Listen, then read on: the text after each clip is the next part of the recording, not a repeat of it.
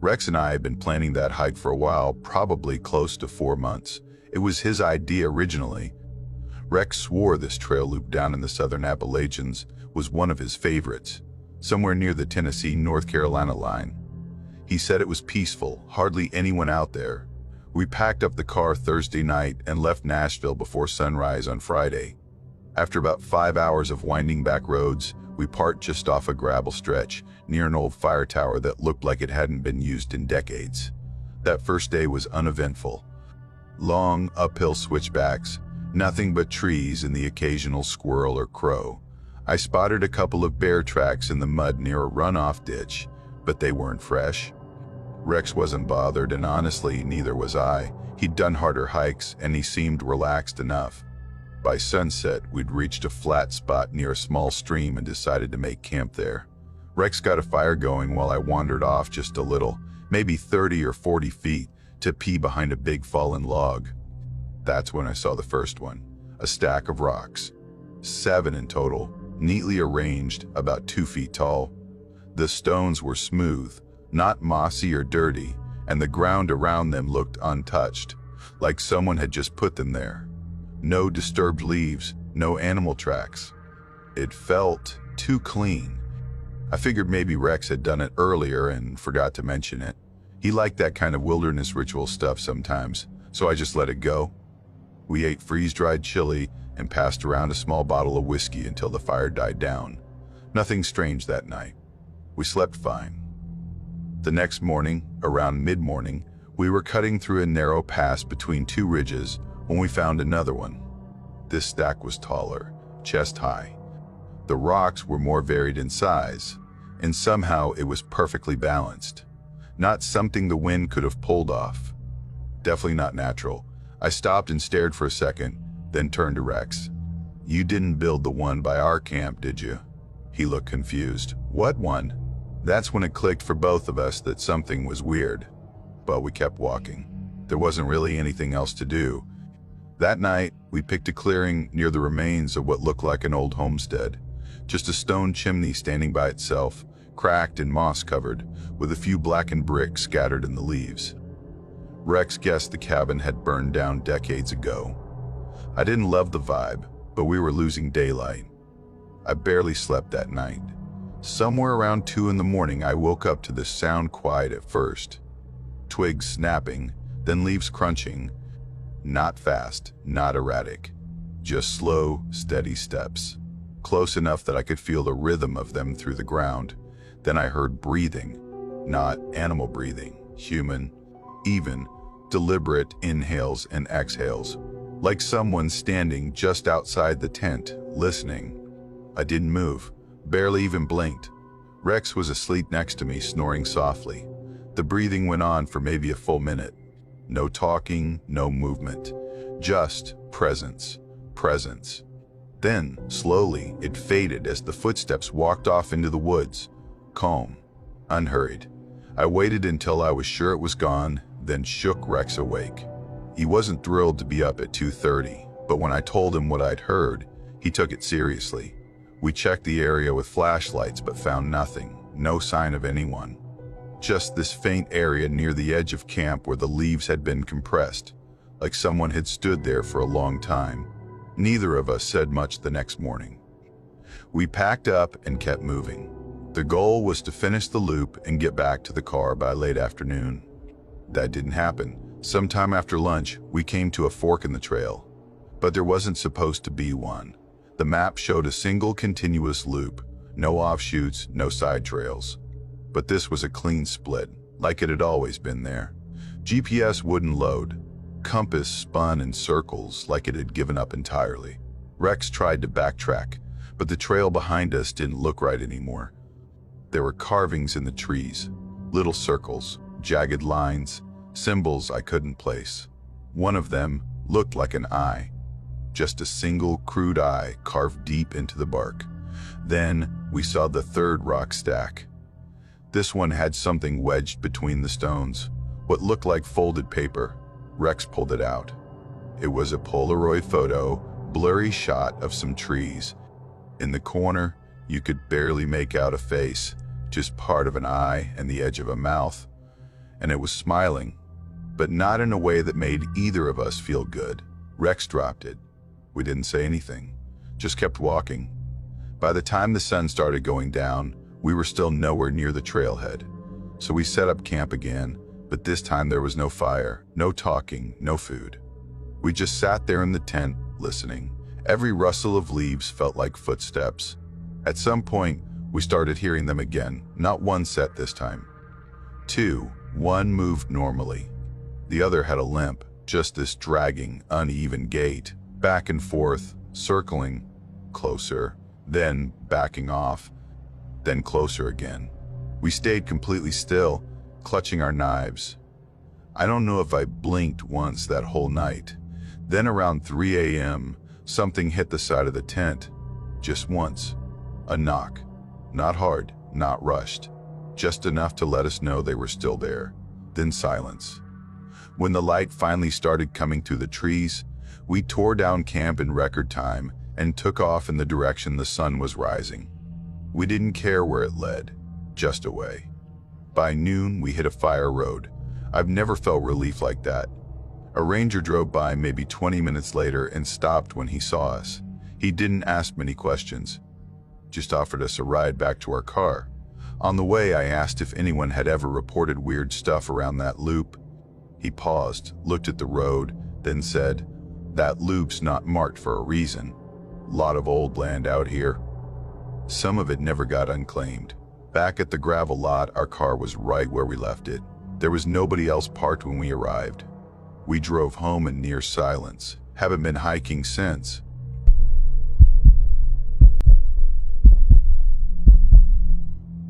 I'd taken 2 weeks off from work and mapped out this solo hike through the Allegheny backwoods.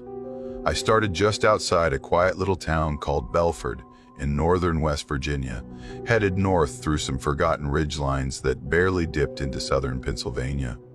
That's exactly what I wanted.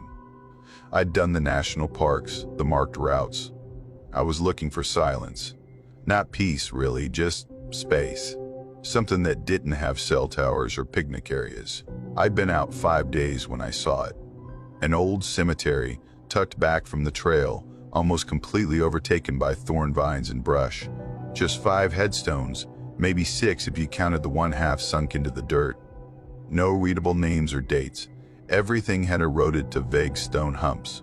One grave still had this twisted iron fence around it, bent in a few places. Rusted all the way through, but still standing.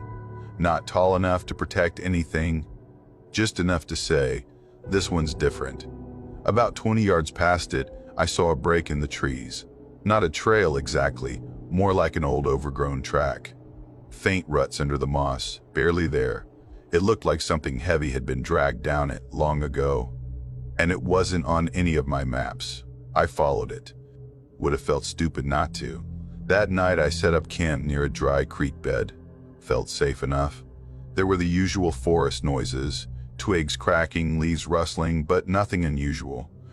I've spent enough nights in the woods to know the difference between normal night sounds and something I should pay attention to. At least, I thought I did. When I woke up the next morning, everything looked the same except for one thing, my boots. They'd been moved. Not far. Maybe 2 feet from where I'd left them. But they were rotated. Neatly. Toes pointed in the exact opposite direction, perfectly parallel. I stood there for a full minute, staring at them, brain doing somersaults, trying to come up with some explanation. Sleepwalking? Maybe I kicked them around in my sleep? But no, they were side by side, laces untouched, not scuffed or dragged. Just turned, like someone had done it carefully, respectfully. I tried to laugh it off. Ate a cold granola bar and packed up like it was nothing.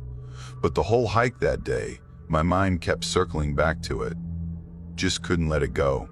Something about the precision unsettled me. Later that evening, I found an old lean-to half collapsed under a leaning pine. Whoever built it must have done so decades ago. It was warped, moss-covered, but still recognizable. Shelter was shelter. Inside, I found a dented canteen, rusted shut, and a small tin box tucked under a rock.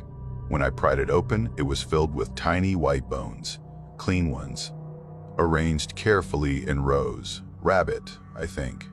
I should have left right then. But what really got under my skin were the carvings. On the inside of the back wall lines, hundreds of them, all the same size, grouped in sets of 5 like tallies. Nothing else. No initials, no dates, no names. Just marks. Like someone had been counting time, or people, or something else entirely.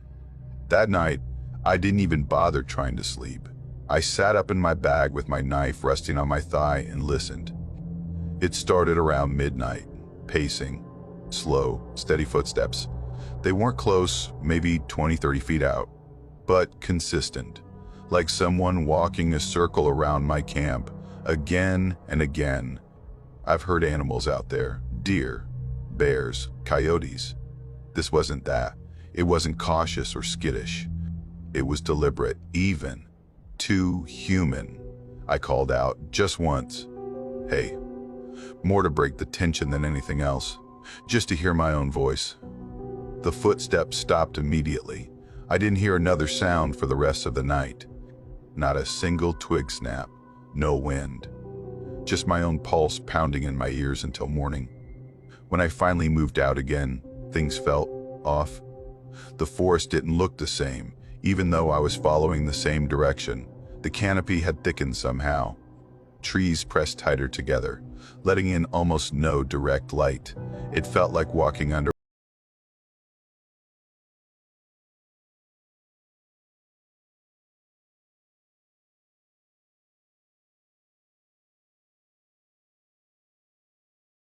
same broken stump, same leaning tree.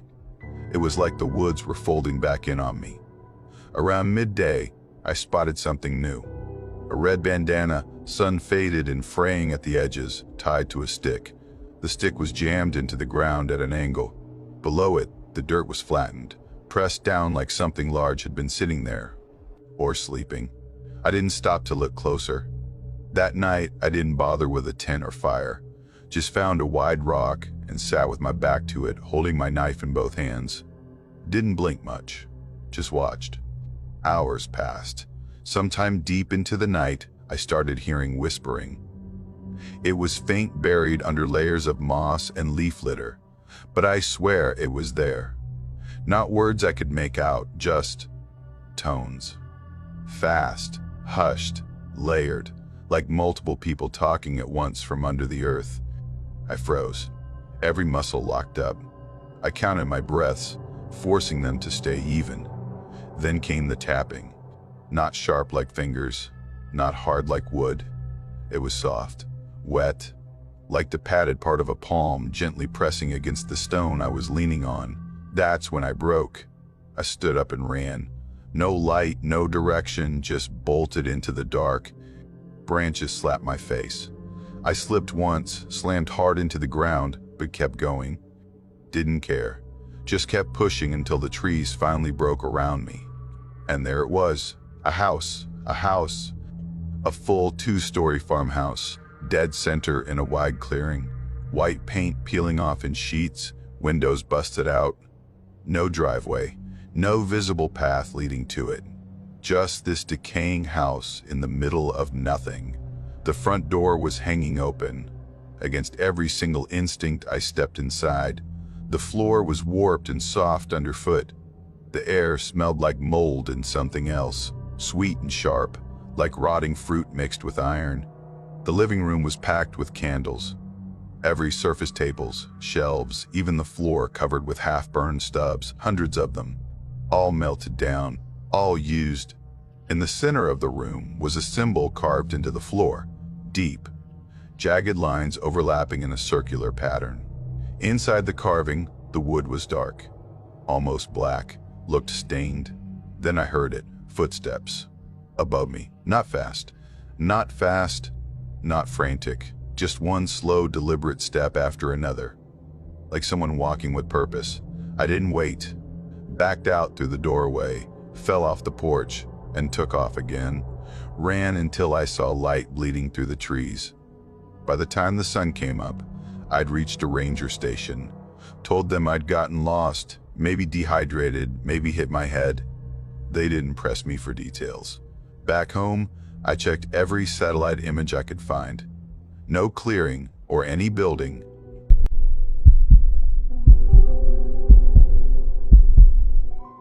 I was 32 when it happened.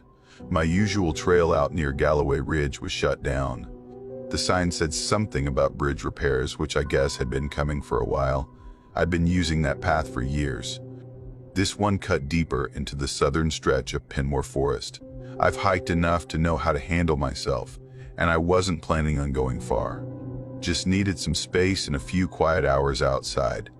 I packed light water, a folding knife I'd had since college, a flashlight I almost didn't bring but threw in last minute. Call it a hunch or just a habit. There was a little tightness in my chest I couldn't shake that morning, but I chalked it up to the usual stress. Work stuff, life stuff, life stuff. I just needed the silence. About 3 miles in, I started noticing how silent it really was. Not just peaceful silent. No bird song, no insects. Even the usual buzz of flies that hang near your ears when you sweat gone. There was wind, sure. You could hear it moving through the trees, bending the tops and brushing leaves. But that was it, like the forest had gone into some kind of suspended state. At first, I didn't think much of it. It happens sometimes. Animals quiet down when there's a predator nearby, maybe a bobcat, maybe a hawk overhead. But the longer it lasted, the more it felt off. Not like something was coming, more like everything was waiting. I kept walking. The trail sloped upward for a bit, and I stopped at this narrow overlook to drink some water. That's when I saw them footprints. Clear ones, right off the trail, heading down a slope to the right. They weren't old, still firm in the dirt. You could see where leaves had been crushed underfoot, but what threw me was that they were bare, human-sized. No tread, no shoe pattern, just bare feet, deep enough to tell the person hadn't been light on them either. I looked around, called out just once. Nothing too loud, just hey, you good out there? Nothing answered. I probably stood there for another full minute, just listening, waiting for something to move. A branch, a breath, anything. But it stayed quiet. And then, like an idiot, I stepped off the trail and followed them. I can't tell you why. I wasn't trying to be a hero. I wasn't even thinking in terms of danger, just curiosity. The kind that makes you lean over a cliff a little too far because you need to see what's at the bottom. I followed those prints for maybe 15 minutes. They twisted through saplings, over roots, between thick underbrush. No path, just direction. Eventually, I came to a ridge that overlooked a hollow. It wasn't a big drop, maybe 6 feet down, but the space below looked different. Wrong, even from up there. The trees bent inward, their trunks curving in slow arch like they were trying to lean over something in the center.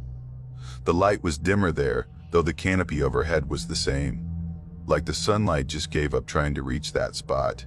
In the middle was this wooden structure, not a cabin or lean-to. It had no walls, just 4 angled posts lashed together at the top of some kind of old cord or vine. It looked like a crude frame, 6 feet tall maybe, crooked. And at its base bones, dozens of them, and in fact were scovered bys as deaths of the most, small, white, arranged into spirals around the frame. Each one was clean, no meat, no hair, just bare bone, laid out with precision. Some spirals were tight, barely larger than a dinner plate. Others stretched out like tendrils reaching away from the center.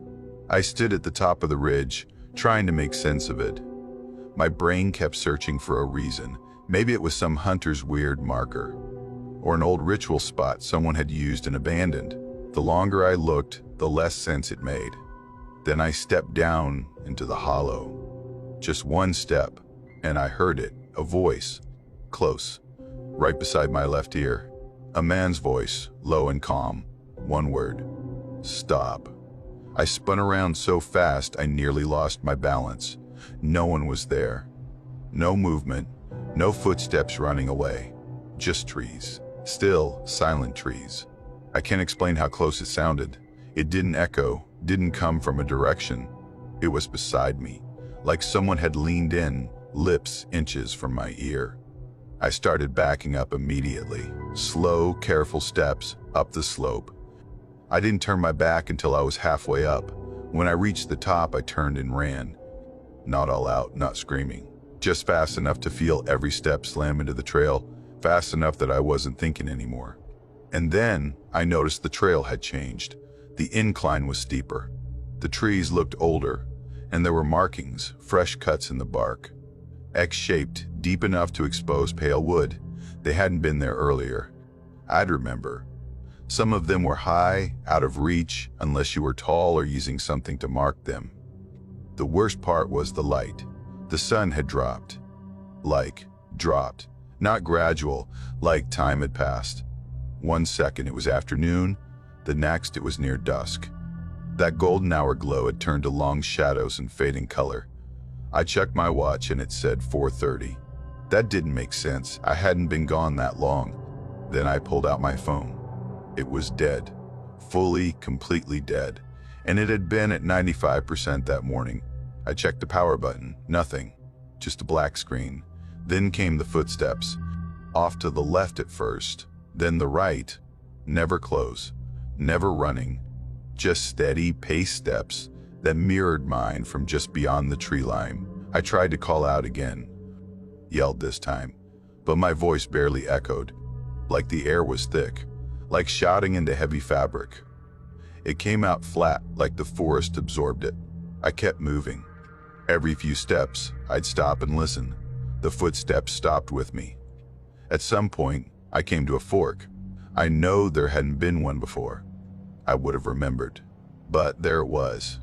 A left and a right, no signs, no markers. I didn't even think. I just went left. A couple 100 yards in, the trees started to open. I saw metal ahead. A fence. Rusted, twisted, partially collapsed. It looked like it had once surrounded a pasture.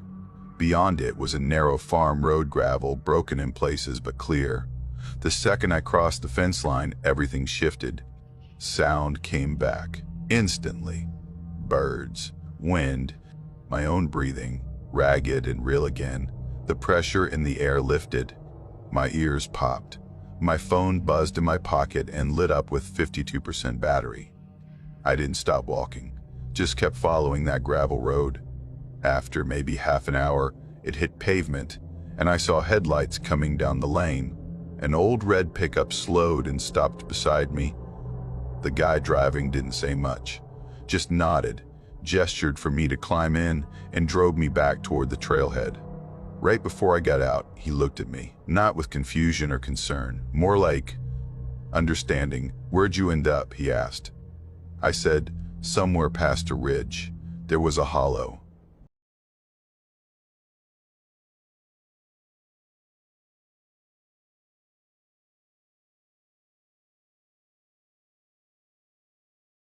I've replaced my gear, changed my habits, and I don't talk about what happened.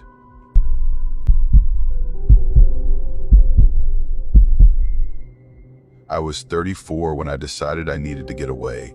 I don't mean a vacation or a weekend trip with friends. I mean away from everything. My job had been gnawing at my nerves for months. My apartment felt like a shoebox of noise, and my brain just wouldn't shut up anymore. I'd get home from work and stare at the ceiling until 2 in the morning, then drag myself through the next day like I was wearing someone else's skin. So I took a week off, tossed my phone in a drawer, and loaded up my gear for a solo hike. I'd done smaller trips alone before, usually long weekends, but this one was different. I picked a remote stretch of trail near the Bitterroot Mountains in Montana, far from the parks with brochures and scenic overlooks. The first day was uneventful, in the best way. Trees, wind, some crows overhead. I covered most of the distance before sunset, found a spot off the trail, pitched my tarp, and cooked some rice and lentils over a tiny flame. It was the kind of stillness I hadn't felt in months. No buzz of electronics, no car horns, no calendar alerts. Just the fire crackling and my breath fogging the air. I slept better that night than I had in weeks. The next morning, I packed up, checked my compass, and started toward the backstretch of the loop. That's when I saw it, an unmarked fork maybe 3 hours into the day. The main trail curved left like my map said it would, but there was a smaller path veering right through a wall of tangled alder. It wasn't on my map, not even the topographical version. And yet, it didn't look wild. The plants weren't reclaiming it. The dirt was packed, and there was a clear line of boot prints, just one set, heading in. Big, deep impressions. Someone had walked that way recently. I stood there for a solid minute staring at that fork. Something about it just gnawed at me. I should have ignored it. I should have kept left. Instead, I turned right. I told myself it was curiosity. I told myself I'd only follow it for a few hundred feet and then turn around. But I didn't. The trail dropped steeply almost right away, sharp switchbacks carved into the hillside. I had to brace myself against tree trunks just to keep balance. Whoever had made this path either knew what they were doing or didn't care about safety. Eventually, the slope eased and the trail opened into a hollow. That's where I saw it, a small wooden cabin nestled in the trees like it had been there forever. One room, maybe two. The roof sagged in the middle and the boards on the walls were warped, gray with age, but it didn't look abandoned. Not even close. There was a fresh pile of chopped wood stacked beside the door. Clean cut, no moss or mold. A rusty water bucket leaned against the wall. A pair of rubber boots, mud-caked but upright, sat next to the threshold, perfectly aligned. The windows had curtains. Threadbare, sure, but drawn closed. That's what made me stop. Nobody draws curtains in the middle of nowhere unless they want privacy or secrecy. I didn't hear anything. Not a bird. Not a breeze. The air felt thick, like something was holding its breath. I should have turned around. I really should have. But I didn't. I crept forward, slow, quiet. Just enough to peek through the single uncovered window on the side. Inside, it was tidy. That's what struck me. Not clean, not cozy. Tidy. There was a cot against the far wall with a folded blanket. A shelf lined with canned food, all turned label out like a grocery display. A lantern hung from a hook in the ceiling. A small wood stove sat in the corner with a bundle of kindling stacked beside it. Everything in its place. Two in place. Like someone had arranged it with the kind of care people don't usually give to cabins in the woods. And then I smelled it, faint but sharp.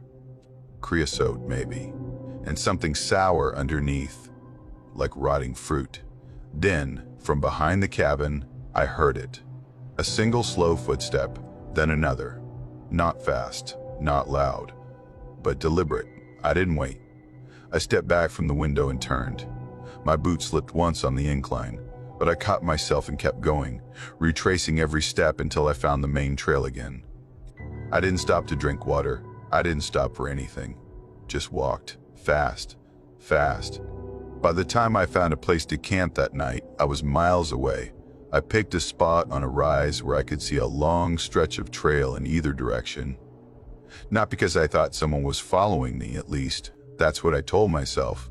But because it felt safer. I built another fire. I told myself I was fine. I even laughed a little while boiling water. "Nice cabin you've got there," I muttered. "Super cozy. Great smell." I didn't really eat much that night. I woke up around 1 in the morning. Not suddenly, not from a dream. I just opened my eyes and felt cold. The fire had died down to a soft glow. My hands were clammy inside my sleeping bag. I reached for the flashlight clipped to my pack. Then I heard the footsteps. Soft at first, then louder. Not running, just steady, measured. Someone or something was walking a circle around my camp. 3 times. I didn't move. I didn't breathe. I laid there, eyes wide, heart hammering so hard I thought it might give me away. The steps circled again. On the 4th pass, they stopped, directly behind me. Just outside the tarp, I could hear breathing. Slow, almost relaxed, too human. I stayed frozen. My fingers were curled so tight around the flashlight that they went numb. The breathing kept on. then stopped. And then, nothing. No footsteps walking away. No rustle of movement, just gone. I waited. Could have been minutes. Could have been an hour. Eventually, I unzipped the tarp, flicked on the light, and swept the clearing. No one. But across the burned-down fire pit, in the soft ash and pine needles, were boot prints. Deep, fresh, facing my tarp. I didn't sleep the rest of the night. At first light, I packed up everything with shaking hands. I didn't even eat breakfast. I just wanted out. The woods didn't feel peaceful anymore. They felt indifferent. Watching. Every twig snap made me jump. Every gust of wind sounded like footsteps. 2 hours later, I came back to that same fork in the trail. The one that led to the cabin. Only now the entrance was blocked. Someone had wedged a thick tree limb across the path. It had been lashed in place with old wire, rusted and twisted tight around the trunks on either side. Dangling from the wire was a strip of cloth, frayed, dark, stained with something brownish. Looked like denim at one point. Below it, scratched into the dirt with a stick, was a message. No more visits, just like that. All caps. No punctuation. Like a warning and a rule at the same time. I didn't touch it, didn't go near it. Just turned and walked faster now. The last stretch felt endless. My legs were on fire, but I didn't stop. Every time the trail curved, I expected someone to be standing there. When I finally reached the gravel lot where my car was parked, I was soaked in sweat. I fumbled the keys twice before I could unlock the door. I didn't even change out of my boots, just got in and drove, didn't look back once.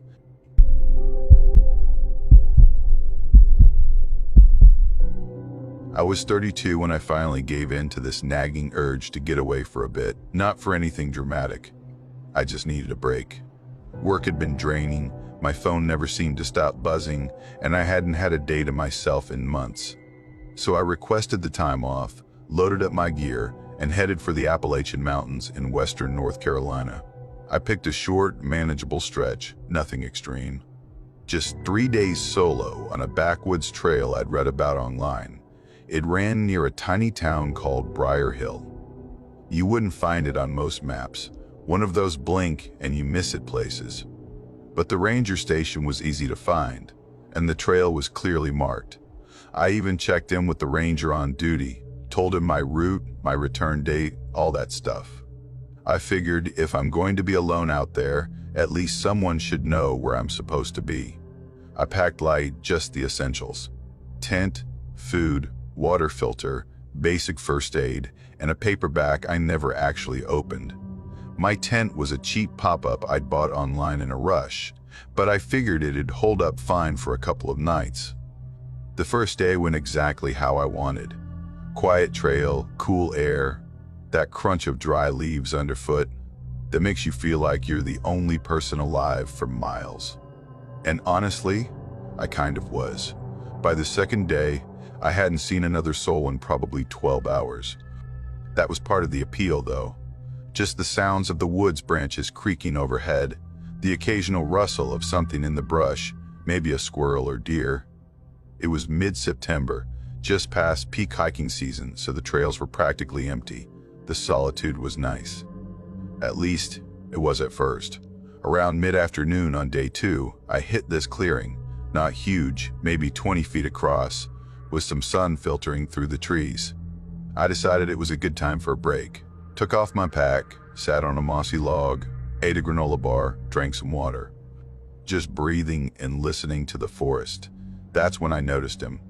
Off to the side, maybe 30 or 40 feet away, there was a guy standing near a tree. He was still. Just standing there. At first, I thought maybe he was taking a break too. Maybe he'd been sitting and stood up when I arrived, but there was no gear, no pack, no water bottle. Just him, leaning slightly against the tree, arms at his sides, looking straight at me.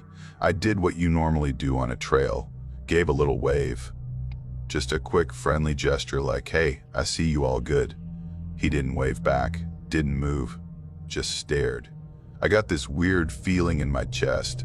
Not panic exactly, more like my body realizing something before my brain could explain it. I stood up, slung my pack on, and got back on the trail without making a big deal of it. A few minutes later, just out of curiosity, I glanced back over my shoulder. He was behind me. Not right on my heels, but close enough that it wasn't just coincidence. Same pace, same path. I told myself maybe we were just headed the same way. Still, I picked up my speed a bit. I hit a fork in the trail maybe 10 minutes after that. I stopped, acted like I was checking something in my bag, gave it a minute, then chose the right-hand path and started walking fast, like full stride, trying not to jog fast. After about half a mile, I spotted a big rock formation and ducked behind it. Just wanted to see if he'd follow. I crouched there for what felt like forever, barely breathing. Then I heard footsteps, slow, measured. He passed right by me on the trail, and that's when I heard it. He was whispering, just this low, murmuring voice. I couldn't make out any of it, not even enough to guess if it was English. He wasn't talking to me, just muttering to himself, or maybe to something I couldn't see. He didn't look around, didn't hesitate, just kept walking. Once I was sure he was out of earshot, I slipped down through a dry creek bed and rejoined the trail farther ahead. I didn't stop again. I just kept walking, fast. I passed a stream and refilled my bottle without even sitting down. The shadows were starting to stretch by then, and I knew I needed to set up camp before it got dark. I found a spot where the trail curved tightly around a ridge, creating a kind of natural blind spot. I figured if someone came from either direction, I'd have some warning. It wasn't ideal, but it would have to do. I pitched my tent in record time, didn't bother cooking, just ate another granola bar and drank more water. My stomach was too tight for anything else. I left the rain fly off so I could see out just in case. I tried to read, tried to calm myself down, but my brain was on high alert the whole time.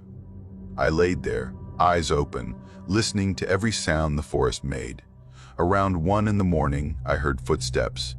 Slow, careful, not crashing through the brush like a deer. More like someone placing each foot intentionally, avoiding twigs.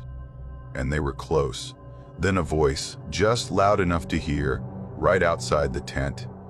Allie? I stopped breathing. That's not my name. The voice wasn't angry or loud. It was casual, like someone looking for a friend. But there was no one else out here. No one who should have known I was there, and definitely no one who should have called me by the wrong name. The footsteps circled the tent, once, slow and steady. I didn't move a muscle, just lay there, heart pounding so hard I thought it might give me away. Then silence. I waited and waited. Eventually, the sky started to lighten. First blue, then gray. I packed everything in under 10 minutes. Tent, food, gear, shoved it all into my pack without caring how it fit. Then I left the trail completely. I cut down the slope, slipping a few times, grabbing roots and rocks to keep from falling. After what felt like an hour, I hit a gravel road. Probably one of those old maintenance routes or logging paths. I followed it with no idea where it led, just glad to be off the trail. After a few miles, I saw a small cabin. Weathered siding, peeling paint. There was a Jeep parked out front, tires caked with mud. I didn't care what it looked like. I just walked up slowly, hands visible, trying not to look like a threat. An older guy stepped out onto the porch with a rifle slung across his back.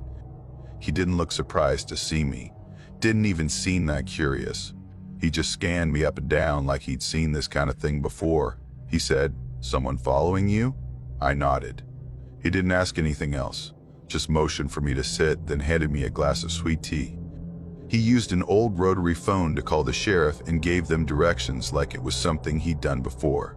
While we waited, he sat next to me and started talking. Said he'd lived out there for decades, seen hikers come out of those woods looking all kinds of shook up.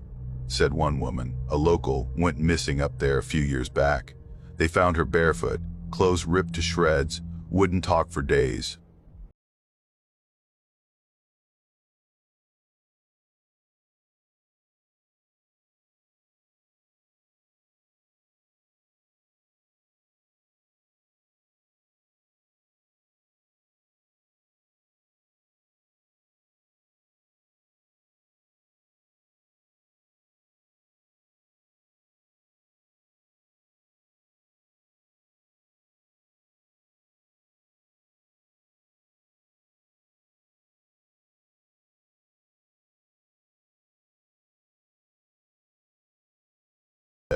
"You're lucky."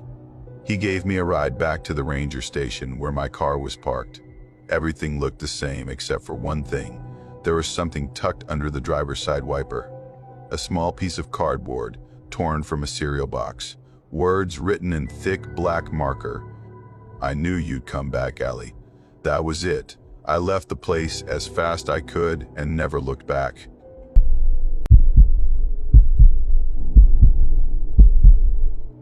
My cousin Lennox had just moved out to eastern Kentucky, and I went to visit him for a long weekend. He'd been on a bit of a self-improvement kick since the move, quit drinking, took up woodworking, started hiking a lot. He said it helped clear his head. Honestly, I was just glad to see him doing better. A couple years back, things weren't great. So when he said he'd found a few good trails out near where he was living, I figured a short day hike would be a nice break. On the second morning, we headed out early. Lennox had picked a loop on part of the Sheltowee Trace. Just a few miles, a couple hours, nothing intense. I wasn't in amazing shape, but I could keep up. He was already bouncing with energy, packing granola bars and checking his boots like it was a real expedition. I just brought water and figured I'd let him play guide. We made decent time. The trail was nice, mostly flat, shaded. Around noon, we stopped to eat and drink and talk a bit about his place, his neighbors, how things were going. He seemed good, calmer than I'd seen him in years. Then we hit this little fork, not on the map, just a skinny, half-hidden trail that cut off through the trees. You wouldn't even call it a trail, really. More like a suggestion, just faint indentations in the undergrowth. Lennox got excited right away. He said a guy he talked to at the gas station mentioned an old fire tower somewhere out there, abandoned decades ago, totally overgrown. Said it was off the official paths and easy to miss unless you knew where to look. I asked if he was sure it was safe. He shrugged and said, "It's probably not even that far." So we went. At first, it was kinda cool, like exploring something forgotten. The trees got thicker, the underbrush wilder. The path, if you could call it that, twisted and narrowed, pulling us uphill. The ground got soft in places, like old roots had churned it up. I kept brushing spiderwebs off my arms. There were spots where the trees leaned in so close, it felt like we were walking through a tunnel. Then the terrain started to feel weird, subtle at first, like we were tilting without realizing it. The slope should have been leveling out, but instead it was dragging us left and higher, even though the main ridge we'd been on wasn't that tall to begin with. I stopped and looked around. The sun felt off, like it had moved too far too fast. I've always had a pretty good sense of direction, but now I couldn't tell which way we'd come from. I mentioned it to Lennox, trying to keep it light. He just kept walking and said something about me needing a snack. I laughed, but it didn't feel right. He didn't laugh with me. He didn't say anything else after that. Just kept walking, faster. For a while, I tried to keep up. Called his name once or twice. No response. Just the crunch of leaves under his boots and the occasional sound of a branch snapping back after he pushed through it. After maybe 10 minutes of that, I stopped. I stood still and called his name again. Nothing. Louder this time. Still nothing. That's when I turned around. Not dramatically, just quietly. I figured he was screwing with me, or maybe just too far ahead to hear me. Either way, I decided to backtrack to the main trail and wait there. Let him get his solo adventure out of his system, except when I turned around.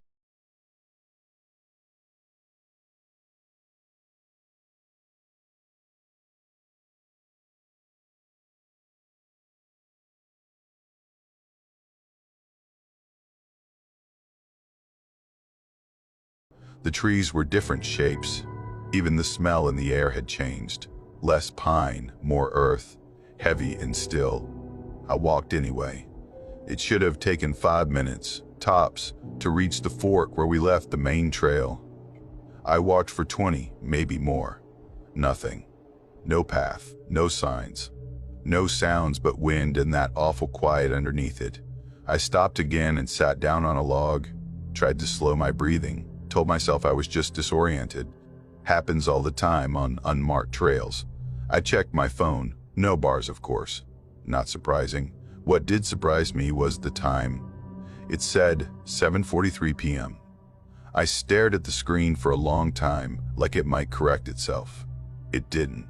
It was impossible.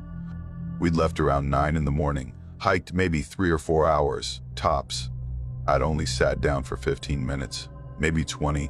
There was no way it was pushing 8 at night. I stood up, turned in a full circle. That's when I saw him. Lennox was standing about 50 yards away, just beyond the tree line. Half in shadow, half in light. Not moving, not saying anything, just watching me. I shouted. He didn't react. I waved my arms. Nothing. Then he turned and walked away, slowly, into the trees. I ran after him, crashing through branches, cutting my hands on thorns, slipping on loose patches of dirt. I kept glimpsing him, his jacket, his boots, always just ahead, just far enough to keep me chasing. We dipped down into this shallow ravine. I don't even remember how we got there. It felt like the ground folded in on itself. At the bottom was a structure, low, squat, mostly hidden under vines and moss. It looked like a shed or maybe a root cellar, except the door was metal. Thick and slightly open, no sign of Lennox. I called his name again. No echo. Just that thick, muffled forest quiet. I stepped closer. The door didn't move. It hung there, open just enough to tempt you. I looked inside. It wasn't what I expected. The inside was too wide, too deep. The floor sloped downward, and the walls were coated in this gray, fuzzy stuff that looked like mold but didn't have a smell. It was too smooth, too even. I called his name again, softer this time. Then I heard it. Something dragging across the floor from somewhere below, slow, rhythmic. I backed up. The door closed behind me, not a slam, just a soft, slow swing, like someone pushing it gently. I lunged for the handle, yanked it. It didn't move. Then came the clicking. Wet, stuttering clicks like claws or teeth against a hard surface. But there was no hard surface, just that damp wood underfoot. I backed away from the noise.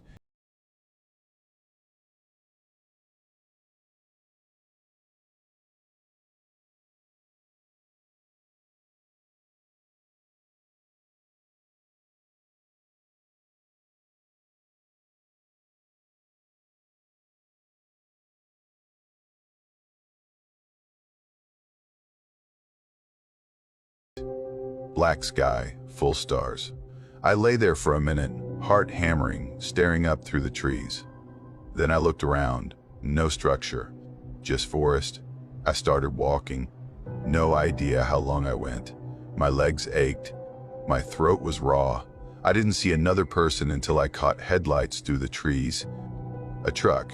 I stumbled out onto the road and flagged it down. The driver was this old guy in a denim jacket. He leaned out and asked if I was part of the group that had gone missing the week before. I didn't say anything, just got in the truck. I didn't sleep that night. I filed a report the next morning.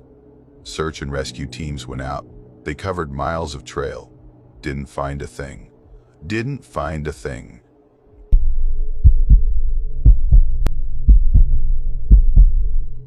I'd taken a few days off work, not for anything dramatic. I just need a break before I lose it. Jesse, one of my oldest friends, had been living out in Kentucky for a while, not far from Red River Gorge, and he'd been bugging me to come visit his cabin. Said the air out there could knock the static out of my head. We used to be pretty inseparable back in the day. Hiking, camping, all that stuff. But life happened. He moved back down south, I stayed put, and we went from seeing each other every weekend to maybe once a year if we were lucky. Still, when we did meet up, it was like nothing changed. That kind of friendship. So I finally said yes, packed a bag, drove the 6 hours, and found his place tucked back into the trees like it had always been there. It wasn't fancy, just a wood cabin, generator powered, with a little porch that creaked when you stepped on it, but it felt solid, quiet in a way you forget places can be. First night was easy. We grilled some burgers, drank too many of those cheap IPAs Jesse loved, sat on the porch watching trees move in the wind. No cell service. No notifications. Just the hum of crickets and our stupid jokes echoing into the woods. The next morning, Jesse made coffee with this old percolator that hissed like it was angry to be awake, and over breakfast he mentioned this trail he found. Said it wasn't marked on any maps, just something he stumbled on during one of his solo hikes. He called it the Split. I asked why, and he told me it was named after the fork in the trail. One path led into a ravine, the other along a ridge. The usual folklore like this is the path you take if you want to be smart, versus this is the one if you're curious and kind of dumb. Naturally, we chose the dumb one. But before we got there, we packed some basics. Water bottles, a couple granola bars, a small first aid kit Jesse insisted on bringing even though he rolled his eyes at it. We left around 10. Sun was up, sky clear, just chilly enough to keep sweat from turning gross. Perfect hiking weather, honestly. The trail started off like any other. Dirt and roots, some narrow parts where you had to watch your footing, a few steep inclines that made me regret not doing more cardio. Jesse led the way, ducking under branches, stopping now and then to point out a weird mushroom or a tree scar he thought looked like a wolf's face. It was familiar and kind of comforting. Just two guys who'd done this 100 times before, catching up in a place that didn't care about deadlines or rent. About 2 hours in, we reached the spot. It wasn't dramatic. No big sign or eerie vibe. Just a worn trail that suddenly gave you two options, left down into a ravine thick with pine trees, or right up a ridge where boulders piled like broken teeth. Jesse paused and pointed. Most people, if they even get this far, they take the ridge. It's easier to see where you're going, easier to get back. He looked at me, and I knew what was coming. But the ravine's more interesting. I didn't even hesitate. Lead the way. Right from the start, it felt different. The air wasn't colder exactly, but heavier. Like the trees were leaning in just a little too close.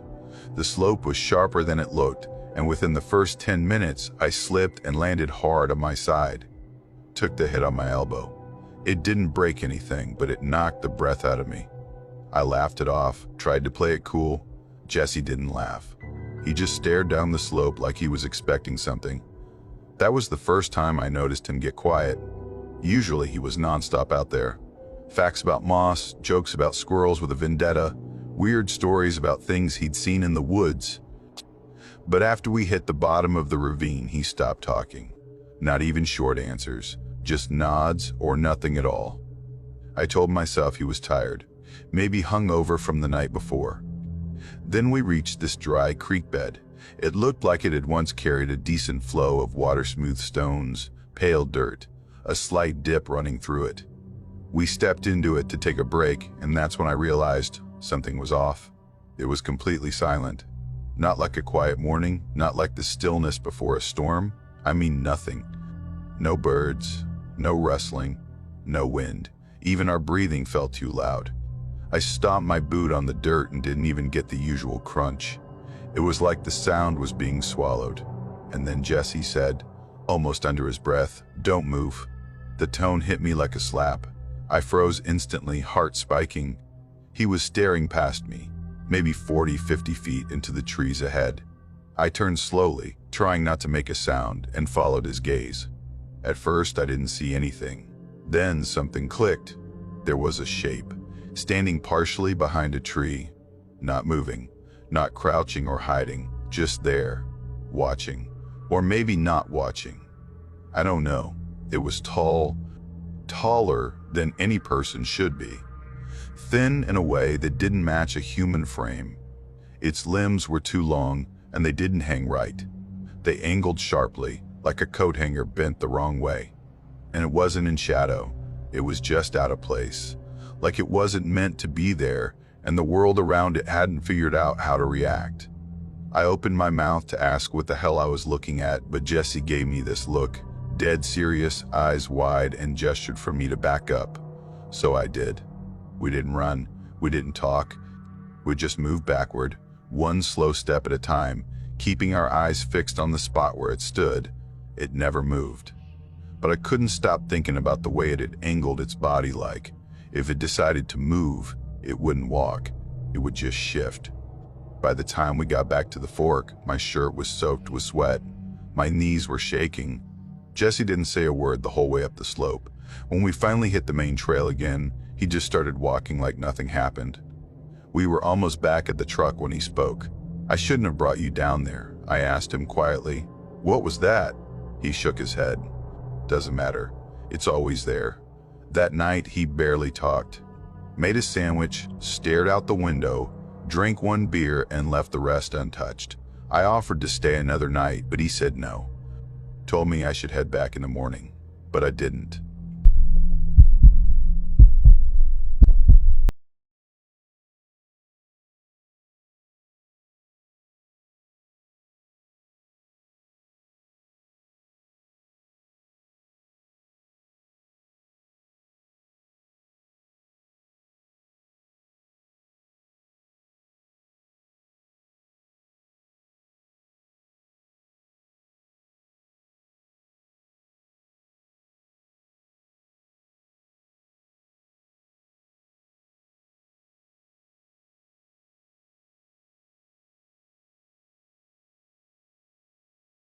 Weirdly aggressive front desk lady, but it was close to the trail.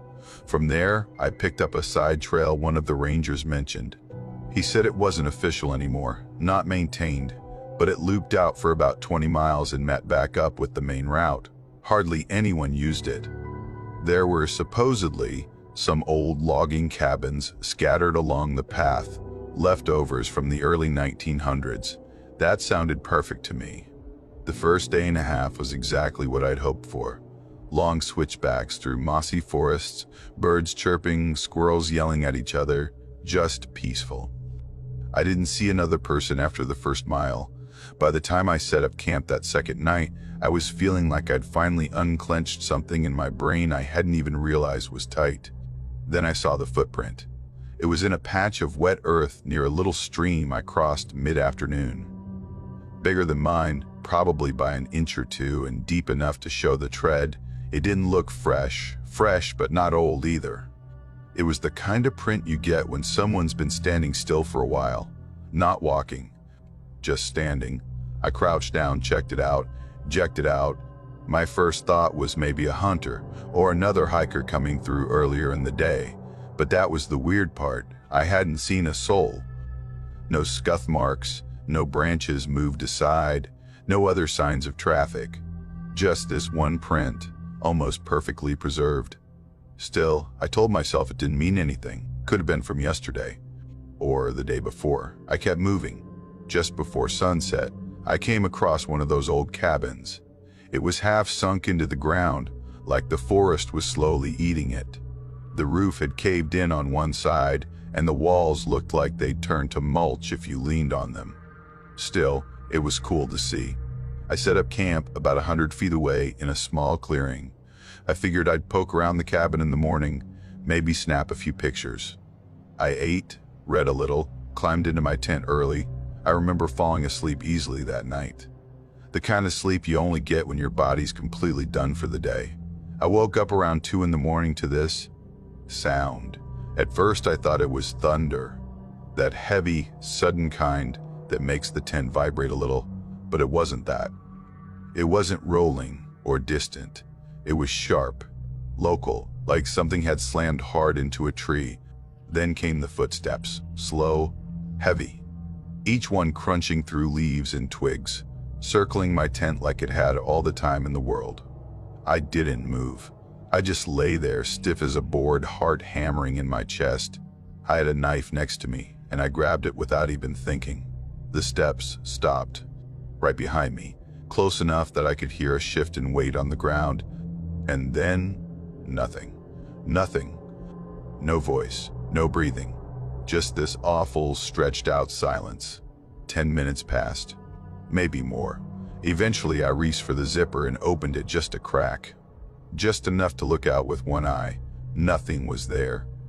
I sat like that until the sky turned from black to gray.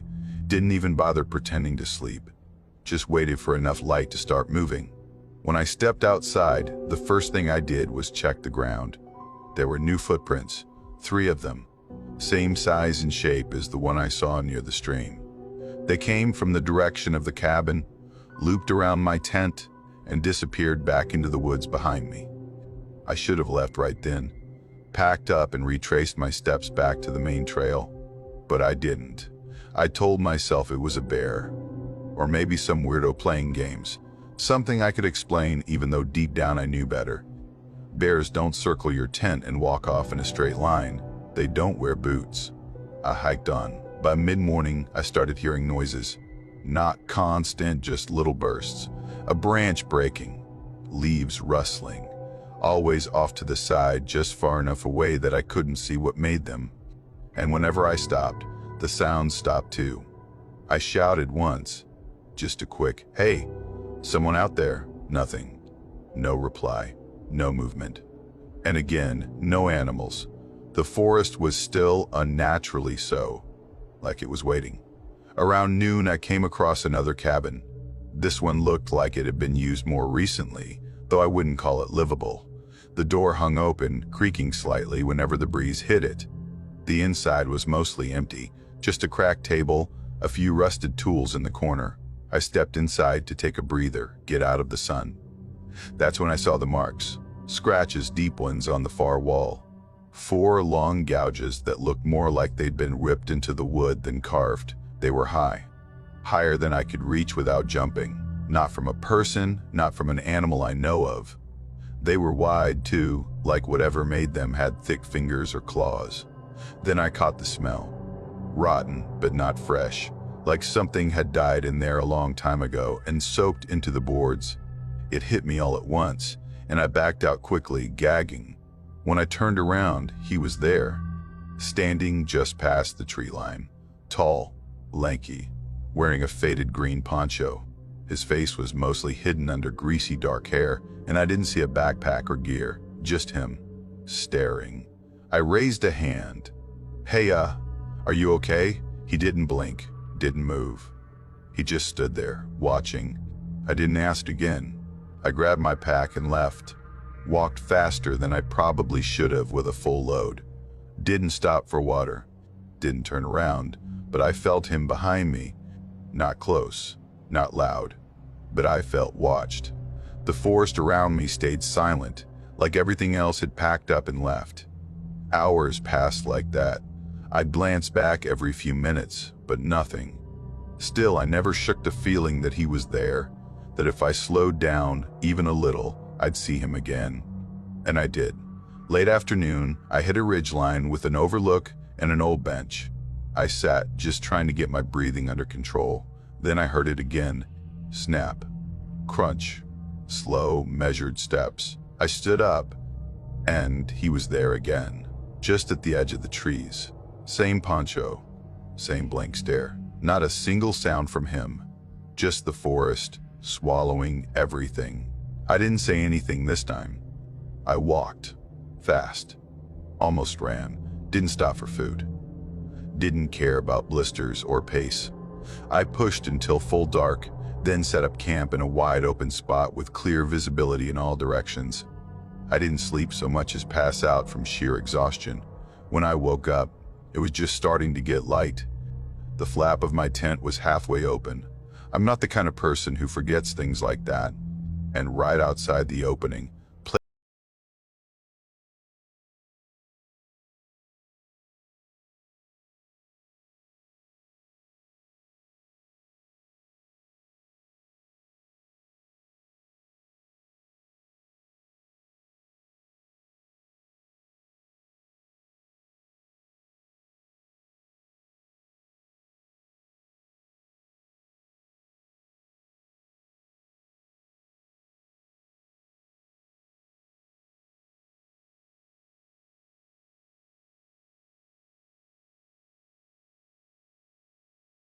he nodded once, slowly, and said, "Yeah, I'll check that out," but nothing was found.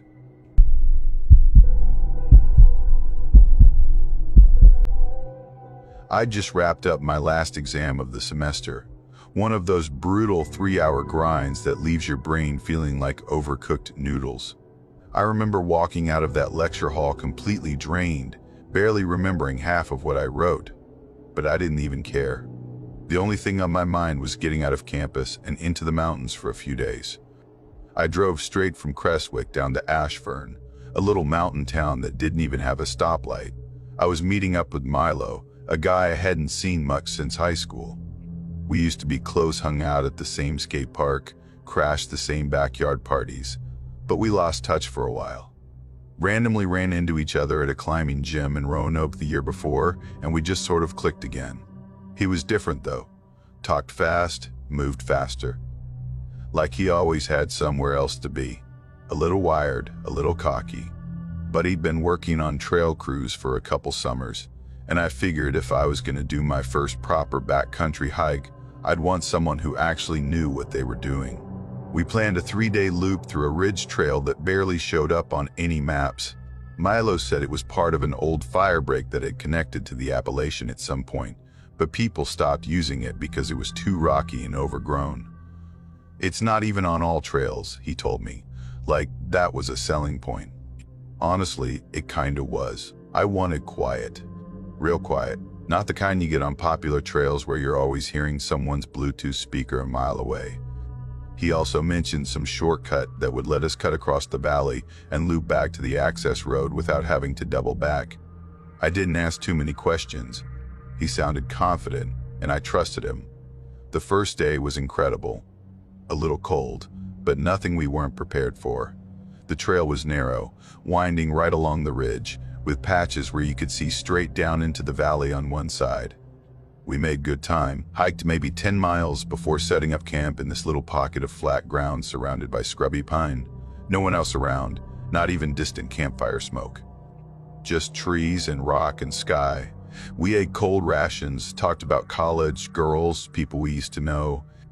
Milo started going off about the history of the area, how the Forest Service used to have watchtowers along this stretch decades ago. He said most of them got torn down, but a few were just abandoned, left to rot out in the woods. He said he'd seen one before, no stairs left, just a rusted-out skeleton hidden in the trees. I asked if he remembered where it was. He shrugged. Somewhere off-trail. I wasn't looking for it, just kind of stumbled on it. The way he said it made me think he was hoping we'd find one again. That night, I was out cold the moment I zipped up my sleeping bag. No sound but the wind cutting through the trees. Sometime later, had to be well past midnight. I woke up to the sound of the tent zipper opening. Thought Milo was just heading out to piss. I didn't think much of it at first, but after 5, maybe 10 minutes, he still hadn't come back. I called out.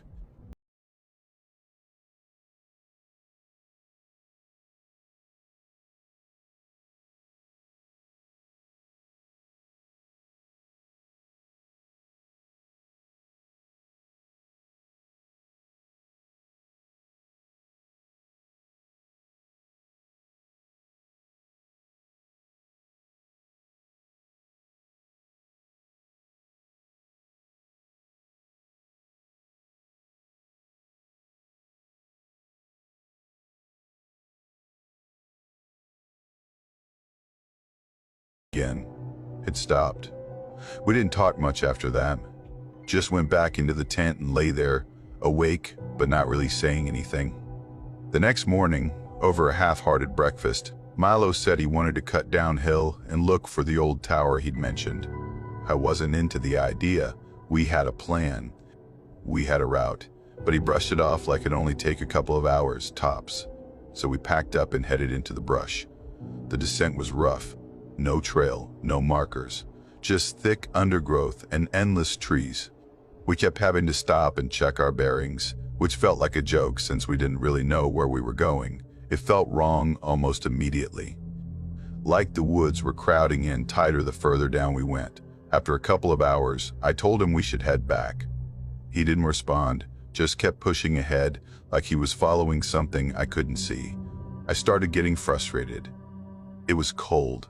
I was sweating through my base layers, and the novelty of the off-trail adventure had completely worn off. And then we found it. It wasn't a fire tower. It was more like a tree stand, but massive and not remotely safe-looking. Someone had rigged this platform between 2 massive trees using warped lumber and rusted bolts. The boards were old and wet, and splintering. The latter, or what passed for one, was just uneven planks nailed into the trunk, some barely hanging on. Milo dropped his pack and started climbing without a word. I told him to stop, said it looked like it was going to collapse. He just kept going. When he reached the top, I called up, asked what he saw. He didn't answer at first. Then finally he said, "There's a tarp. Looks like someone's been sleeping here." I told him to get the hell down. No reaction. Then he said, "Wait, and then he dropped. Not stumbled, not slipped, dropped. Like something had let go of him. He hit the ground hard. A sound I can't forget, sickening and final. I thought he was dead. Ran to him, already expecting the worst. But he was awake, in shock probably. His arm was bent in a way it definitely shouldn't have been. One leg too.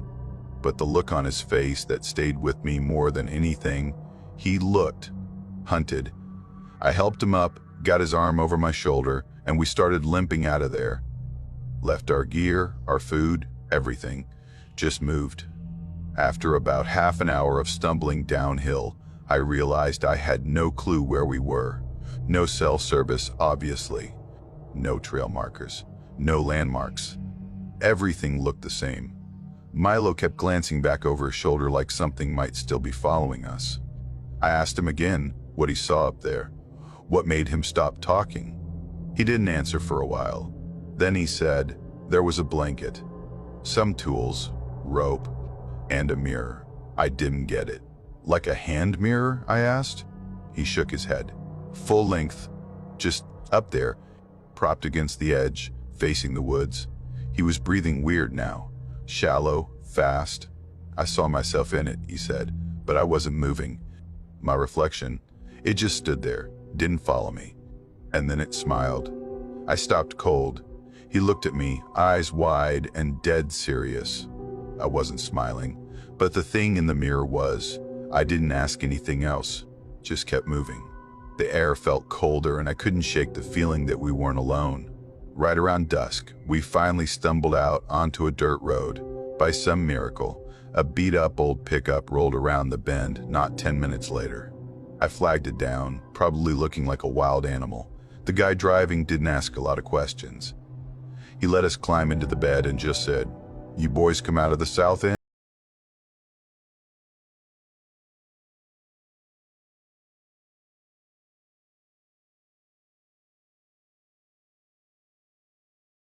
Any old towers? He said no. We got to a ranger station just before nightfall. Milo got taken to urgent care. I didn't go with him. I sat outside on a bench until my girlfriend drove out from Crestwick to get me the next morning. Milo texted me a few times. I never replied.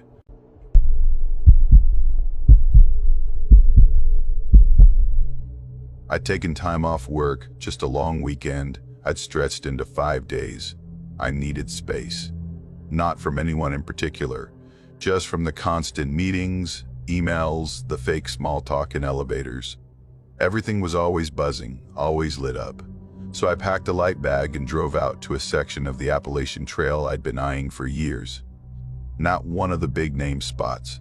This one was tucked between smaller towns, not really known for its views, which was perfect. The marker at the base said 6 miles to the summit, and then a loop back down the west ridge. I figured I'd hike it in one long push and be back at my car before dusk. It was late March. Still cold, but not painfully so. Just enough chill that the trails were mostly empty, which I liked. I layered up, took a photo of the trail map at the signpost just in case, and started walking. The first few miles were exactly what I'd hoped for. Just me, the trail, and the quiet. I passed one couple maybe an hour in. Middle-aged, both wearing those fancy trekking poles and sharing a thermos. We nodded politely, and they kept heading down while I kept going up. That was it. That was the last human interaction I had on that trail. Somewhere around mile 3, things started to feel off, not in a dramatic horror movie way, just a subtle shift. I noticed a second trail of boot prints, heavy ones, veering slightly off the main path and cutting into the woods. They weren't fresh, but they weren't completely faded either. Clearly not animal tracks, and they didn't line up with the designated trail. I paused, looked around, and told myself I was just curious. Maybe someone had gone looking for firewood. Maybe it was just a shortcut, but I stepped off the trail and followed them anyway. 15 minutes in, I found a small, improvised campsite. It looked like someone had set it up in a hurry and then just forgotten about it. A blue tarp was strung low between two trees, sagging in the middle. A small fire pit sat in the center, ringed with blackened stones and full of soggy ash. Next to it was a red backpack, leaned casually against a stump like someone had set it there for just a moment and never came back. The zipper was halfway open, but I didn't touch it. No tent, no sleeping bag, no trash, nothing that suggested someone had actually stayed the night. It didn't feel ransacked either, more like it had been left mid-setup. I called out, not loud, but enough to make my presence known. "Hey, anyone out here?" Silence, not even birdsong. It was like the trees themselves were holding their breath. I didn't stay long. The longer I stood there, the more I felt like I was in the wrong place. Not trespassing exactly, just unwelcome. Like I'd walked in on something I wasn't supposed to see. I backed out the way I came, keeping my eyes on the tarp until I hit the trail again. I made it to the summit a little after noon. The view was decent, nothing postcard worthy, but wide and still. I ate my lunch sitting on a flat rock, legs stretched out, jacket zipped up to my chin. No cell service, but I'd expected that. I stayed maybe 20 minutes before heading back down. That's when things got weird. A few minutes into the descent, I noticed the boot prints again, only this time they were on top of mine. The ones I'd made on the way up were overlapped by a different set, heavier, longer strides, and deeper heel impressions.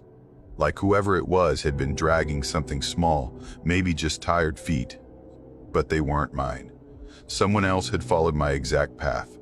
I stopped, looked around slowly. Trees, rocks, bare branches, nothing unusual, but I couldn't shake it. I kept moving, quicker now. Not running, but with purpose. At the 4-mile mark, I reached a small wooden bridge that crossed a shallow creek. I paused to refill my water bottle. I crouched near the edge, one hand on the plank rail, listening to the trickle of water and the faint creak of the bridge under my weight. That's when I heard a soft thunk behind me. I stood up fast. There, right in the middle of the bridge, was a rock about the size of a baseball. It hadn't been there before, I'm sure of that. It wasn't dusty or mossy like the ones near the creek bed. It was clean, like it had been picked up and placed there. I scanned the woods, slowly, methodically. Nothing moved. No wind, no animals, no other hikers. The rock just sat there. My mouth felt dry, but I didn't bother refilling my bottle. I crossed the bridge and didn't look back. Maybe a half-mile later, I stopped again. This time not by choice. My stomach twisted when I noticed the boot prints were now beside mine.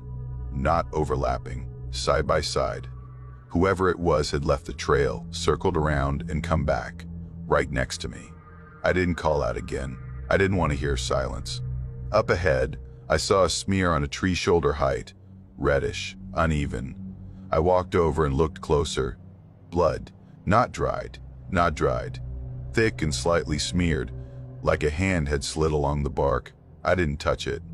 I'd barely breathed. At that point, everything in my body screamed to run. But I didn't. I just walked fast, counting my steps, scanning every shadow between the trees. My ears rang from the effort of listening. Every now and then, I'd glance back, and once, I swear I saw something move. Just a blur of motion ducking behind a trunk. Could have been nothing. Could have been everything.